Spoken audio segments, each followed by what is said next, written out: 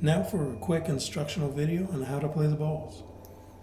First of all, when holding the ball, it's important not to put your thumb on the side of the ball because that's going to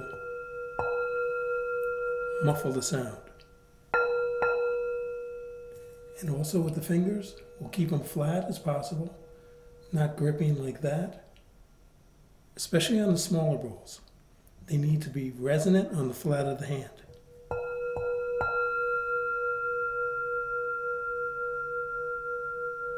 Because if we grab it, there is no more sound length of tone. Two ways to play the ball are with the leather side of the stick or the wood side. The leather side produces a smooth, fundamental sound. The wood side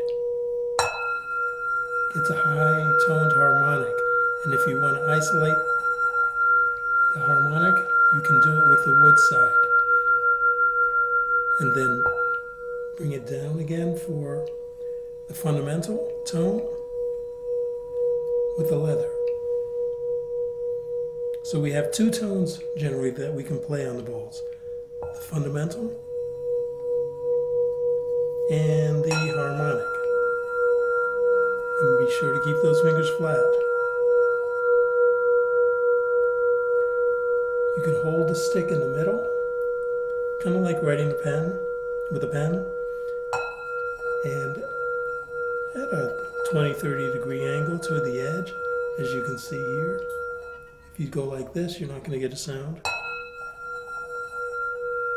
And only go as fast as you need to produce the sound. You don't have to whip around the bowl like that. You want to go as slow as you can, but produce that sound. If you go too slow, the sound won't happen. But if you pick it up, go at just a nice, decent pace to get that nice, beautiful sound. Same thing with the leather.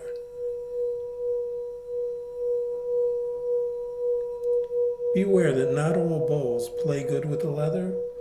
Most do, but some don't. And some bowls are better just for the hit, more so than the spin. This one happens to be good at everything.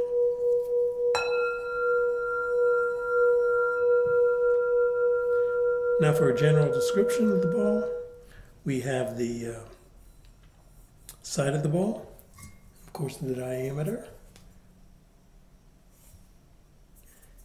and the bottom with my name on it, and the interior. Sometimes you'll have designs inside and out, sometimes plain.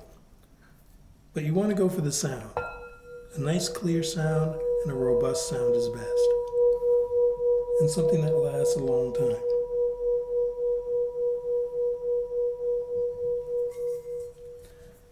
Different mallets we can use as well. Like with an easy reach mallet, this is a harder mallet on the head for more pronounced upper tone. And this is the long mallet, so you can reach bowls further away from you. You can get the same similar sound hitting with the leather on the stick, or a high-pitched sound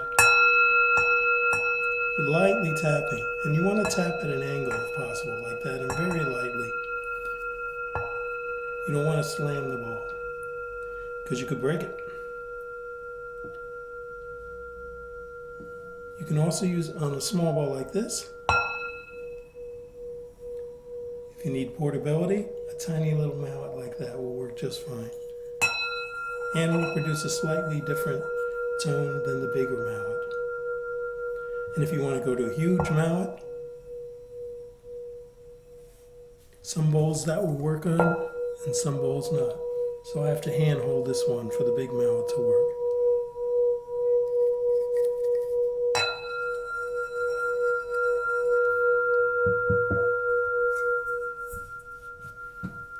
And if you want a soft hit on the ball, use this bigger mallet for a nice full soft hit. Also a smaller mallet like this will work fine. for a little bit of a lighter, airier hit.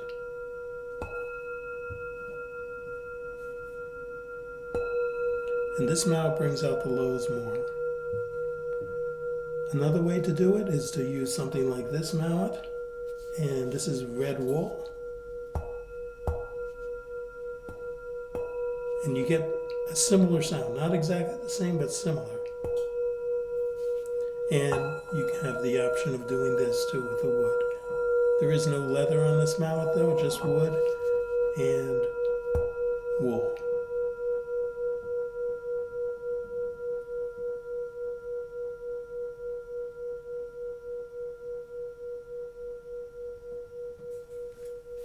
One more thing. If you play your bow on glass or wood a lot, such as in a yoga studio, these steady rings will really hold that bow firmly, so it won't move or slide or anything.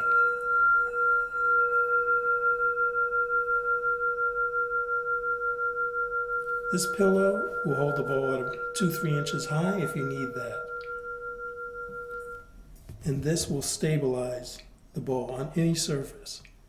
And also are very portable. You can, if you have a lot of bows, these won't take up as much room as a lot of pillows. And the next option would be a ring like this, which also is more stable than the pillow, but takes up more room than the steady ring made out of rubber. And on this bow, it kind of muffles it. So sometimes you have to pick the support with care, because some support may work with one bow and not so well with another, even if the same size. And even these, if they're too big or too small, might not work well with a certain bow or another. So there we have it as a basic instruction for how to play your bow. Hope this helps you out.